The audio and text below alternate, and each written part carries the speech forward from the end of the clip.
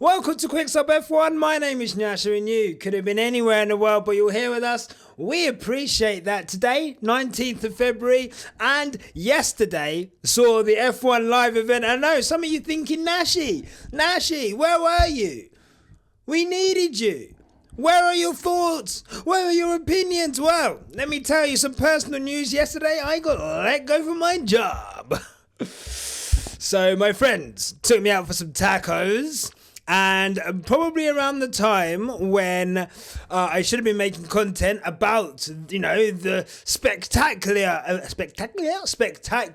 event we saw at the O2 yesterday, I was in a gay bar in Manchester, doing karaoke, singing Westlife, When You're Looking Like That. Don't believe me? Here's some footage right now. Am I supposed to love you now? When you're looking like that. There you go. I'm not fucking about. That's what I was up to yesterday. However, today I have sat through all 2 hours of that event, and I guess these are my thoughts. One, did I enjoy that event? You know what? I actually enjoyed that event a lot more than I thought I would. Basically, that was like the F1 version of like the Brits in terms of how it looked. You've got a safe, but how would I describe Jack Whitehall? Jack Whitehall is safe and cheeky, right? Like, he'll be cheeky. He can ask Gordon Ramsay about swearing. He can, the Netflix and chill thing with Lando. And obviously, the joke about, George and Max and all of those things. Like, although it's a bit cheeky, and you're like, oh, is he going to go over the line? He'll never go over the line. Safe pair of hands. So that brought some comic relief to what was the glitz and glam and razzmatazz of this event. And you know what? I actually enjoyed it. I hope they do it every year. I'm not going to lie. Again, guys, I think people in F1 sometimes, right, what they want to do is they want to keep F1 as this small, insular, geeky little thing that, only us real Willsmen know. And it's like, guys, this sport is growing up. It's glowing up. It's doing things that other sports aren't doing. It is a standard bearer for entertainment outside of the actual sport itself. We should be celebrating that. And I think we should be celebrating an event yesterday where people were able to go and participate. I think we should be celebrating the fact that there was all of this glitz and glam, and I think it has built even more excitement into the season. And I just think people should just stop moaning about every time F1 tries to do something different.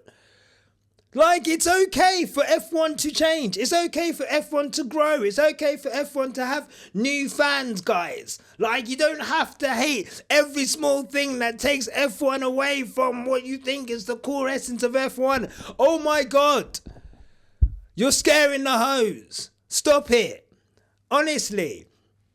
So I get it. If it's not your cup of tea, fine. All good. But you cannot say what we saw yesterday was bad for the sport. And if you're telling me that you don't want to see Thames looking like a goddess out on that stage, then I'm sorry.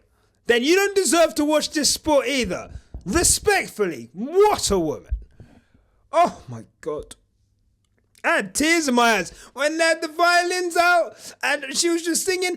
You could have told me that Aston Martin was red, I wouldn't have even known. My God.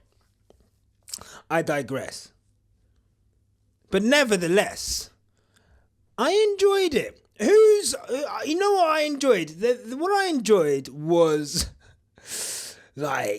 how big some of these things were comparative to the team.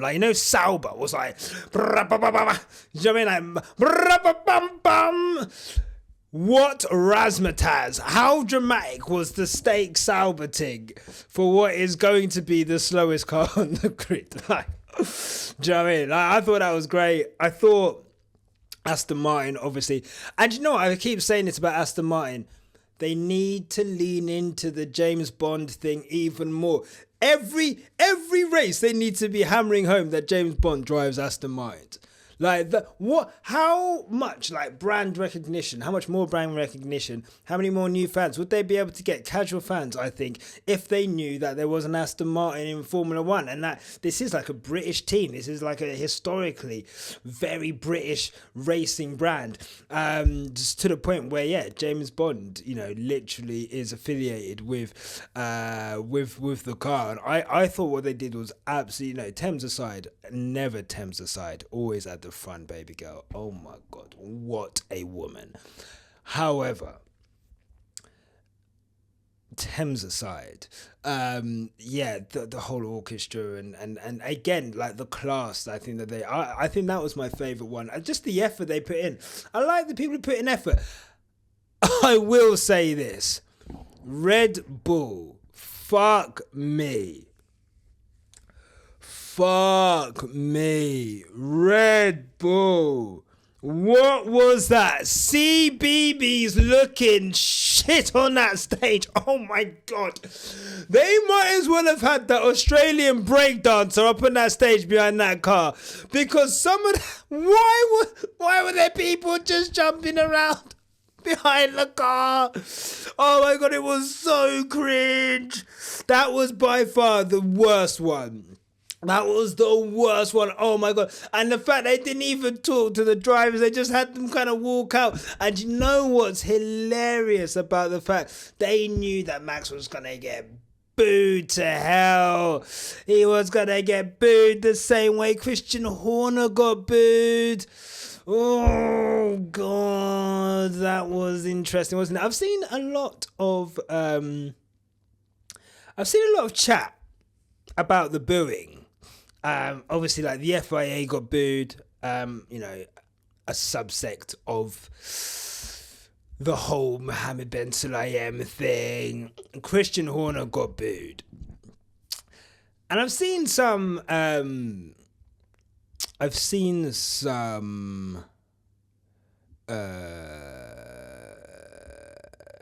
would I describe it? I've seen some discussion around that. Criticism, if you will, around Horner getting booed.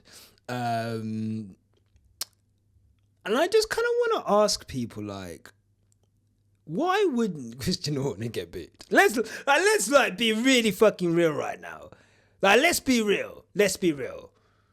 Why wouldn't Christian Horner get booed?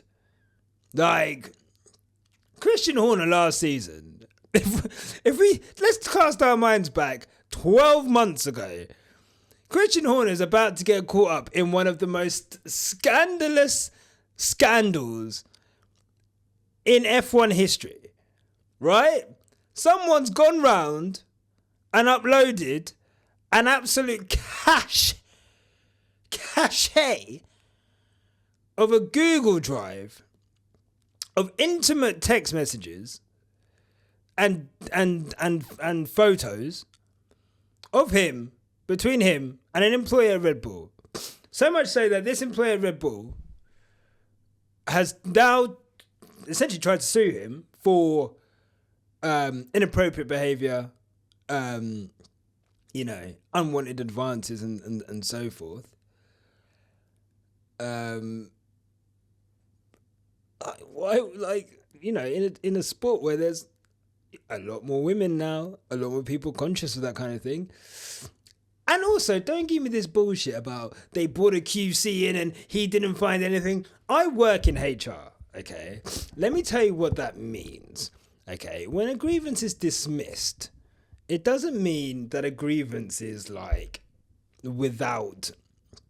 It doesn't mean a grievance is like thrown away because there's no evidence. It just means that that person's grievance wasn't found to be... There wasn't enough proof, I guess, to find that person's grievance wholly true.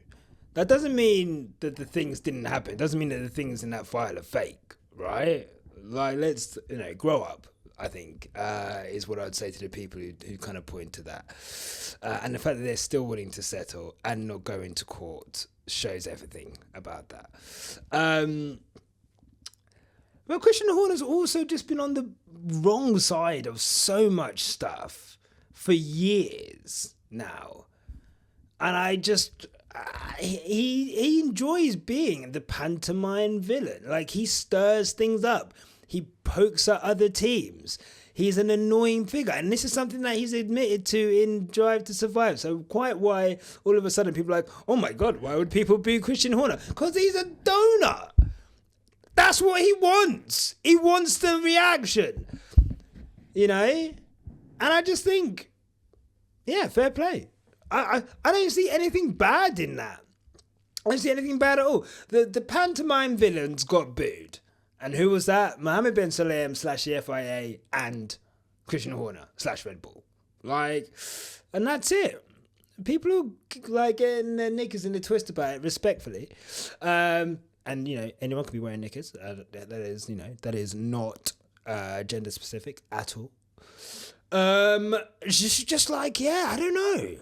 Get over it. Sport is about emotion, right? We're in a 20,000 seater arena. F1 is about passion. Let people express their passions. Anyway, the real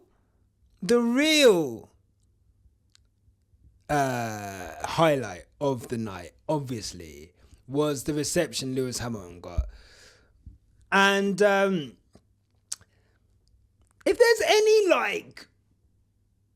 there's any further proof that Lewis Hamilton is bigger than the sport, all you have to do is look at the coverage from F1 75. All you have to do is look at how this season's being billed. All you have to look at is what is trending after these events. I'm seeing people who don't even follow Formula One share pictures of Lewis Hamilton. That's what I mean by he's bigger than the sport. It doesn't mean if Lewis Hamilton was to leave the sport would cease to exist. I don't know why people have got it in their heads that that is the definition of bigger than the sport. Bigger than the sport means their popularity and their reach is bigger than the sport they participate in. Okay? That is all that means. And as big as F1 is, Lewis Hamilton's reach and popularity by any metric, whether it's by Instagram numbers, social media numbers, whether it's about just fucking quantitative or qualitative, whatever data, where you're like, you know, it's you cannot object to the fact that anywhere he goes, people probably know about him before they know about the sport. Look at the chatter online. Magazines posting about him going to Ferrari never talk about F1. And it's a good thing. Because he is a beacon of light. Shining a light onto this sport. Onto this fuck-ass sport. And we should be happy for that. And we should be even happier at how happy this guy looks. My God. He looks so fucking ecstatic to be at Ferrari at the moment. It's incredible. I'm so... to hear him use the words invigorating. Do you know how happy you've got to use the word invigorated? When a man says he's invigorated, that's beyond content. That's beyond happy. That's beyond excited. Invigorated. That's like one step below like intoxicated. Like invigorated, pushing you to be better, pushing you to succeed. He's so happy. He's not just happy to be there. He's not just happy to participate. He's invigorated. He's got a new lease of life. And you can see him. He looks 40 years young. I've never seen him look so good, respectfully. And I don't know. For me, I think it's... I think we're really lucky to see what we're about to see with Lewis Hamilton. I think what's going to happen next season, I think I'll talk about it in some other videos, but we're in for an all-time season next year. This season coming up, we've got testing literally in 7 days. Testing starts. So, God knows how that's going to go, but I'm so excited to get going. I'm so excited to report on all of this. I'm so excited to, I don't know. I feel like we're going to witness history this year. I feel like we're going to witness history in a way that I can't describe how, But we're on the precipice of something great this year in terms of Lewis Hamilton, in terms of Team LH. The heights that we're going to reach this year are going to make us question the heights we've reached before. We're going to feel happiness to a level that we've never reached before. We're going to question, were we even happy before? Because this is what joy feels like. This is what unadulterated happiness feels like. And I just feel like I feel invigorated. I can't wait to start the season. And in all honesty, that's why the F1 75 event was good. Because you know what? Yes, this is a mad sport, and yes, it is just drivers driving round and going round and whatever, but beyond that, this is the pinnacle of motorsport. Beyond that, this is the absolute cream of the crop of drivers, whether you want to admit it or not. And I've seen IndyCar do an incredible job of marketing their racing series, and as much as I say F1 could do better and better, it is getting better. And I love to see it market itself as the top racing series. It is the best in the world. And we're looking at the best drivers. And Lewis Hamilton being in Ferrari this year, it's just, we've got storylines all over the gaff. And I think yesterday was the first seed planted in what could be an absolute full bloom of a season. So let's see how it goes. I'd love to know what you guys think down below. Let us know in the comments. And and I guess we'll go from there. What is the catchphrase I say at the end of these things? I'm so out of practice. Oh yeah, no matter what life throws at you, keep it on the black stuff. Until next time.